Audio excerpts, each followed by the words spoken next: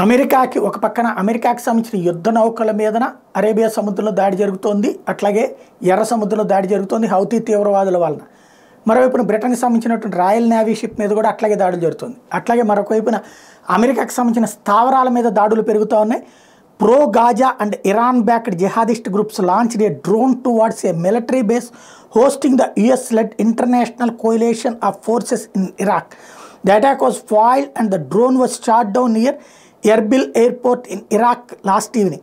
The attack comes after Iraq Prime Minister called for the immediate ouster of foreign forces from his country amid Israel's raging war on Hamas militants in Gaza. The US has counted over 100 attacks on its forces since November last year in Iraq and Syria. Iraq, Syriaలో America స్థావరాలు ఇప్పటికే ఉన్నాయి.